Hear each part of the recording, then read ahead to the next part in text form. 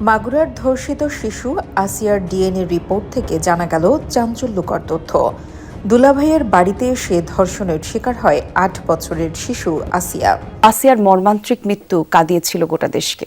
আজ মাগুরার শিশু আসিয়া ধর্ষণ।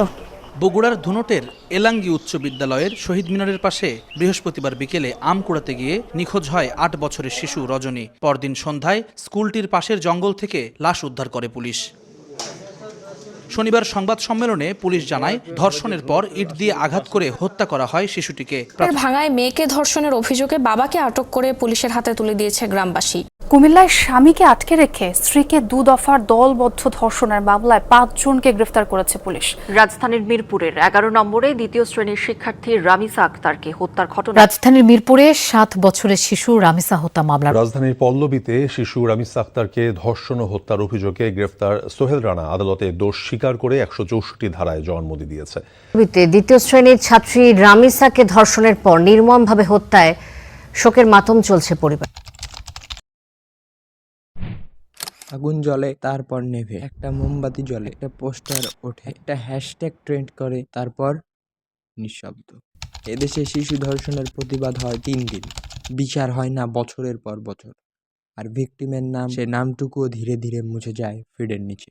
মঙ্গলবার ঢাকার পল্লবী, ৮ বছরের রামিসা আক্তার, ছোট্ট একটা শরীর, ছোট্ট স্বপ্ন। তাকে বাথরুমে আটকে রেখে ধর্ষণ করা হয়েছে, তারপর হত্যা করা হয়। আজ সোশ্যাল মিডিয়া উত্তাল, আজ মানুষ খুবই ফুঁসছে, আজ মন্ত্রী বলছেন দ্রুত বিচার হবে, কিন্তু এই আজ কতদিন থাকবে? আসিয়া, যাকে সবাই ভুলে গেছে, মাগুরার একটি গ্রাম। ২০২৫ সালের ৫ই মার্চ তৃতীয় শ্রেণীতে পড়া ৮ বছরের আসিয়া বোনের বাড়িতে বেড়াতে গিয়েছিল। সেখানেই তার জীবনের শেষ হয়ে যায়। সারা দেশে বিক্ষোভে ফেটে পড়েছিল, দ্রুত বিচারের দাবি উঠেছিল। অভিযোগ গঠনের মাত্র ২৫ দিনের মাথায় রায় ঘোষণা করা হলো। প্রধান আসামি হিটু শেখকে মৃত্যুদণ্ড দেয়া হলো। দেশ বলল ন্যায় বিচার হয়েছে, কিন্তু আসিয়ার ফাঁসির রায় এখনো কার্যকর হয়নি। মামলা এখনো আপিলে চলছে। নাগরিক সমাজ ক্ষুব্ধ, বলছে এই দীর্ঘসূত্রতা অপরাধীদের সাহস আরও বাড়িয়ে দেয়। আসিয়াকে কি মনে আছে আপনার, নাকি সে এখন শুধু পুরনো পোস্ট? সংখ্যার আড়ালে মানুষ, এটা শুধু দুটো নামের গল্প নয়। বাংলাদেশের মহিলা পরিষদের তথ্য বলছে ২০২৪ সালে সারা দেশে ২,৫২৫টি নারী ও শিশু নির্যাতনের ঘটনা ঘটেছে, আর চলতি বছরের ৬ মাসেই সেই সংখ্যা ১,৫৫৫ গিয়ে পৌঁছেছে।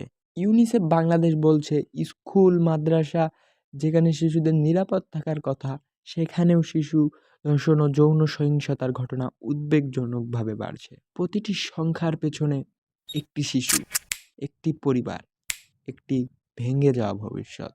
রামিসার বাবা ক্যামেরার সামনে দাঁড়িয়ে এই মানুষটি যা বললেন, তা এই পুরো দেশের আইন ব্যবস্থার সবচেয়ে বড় রায়।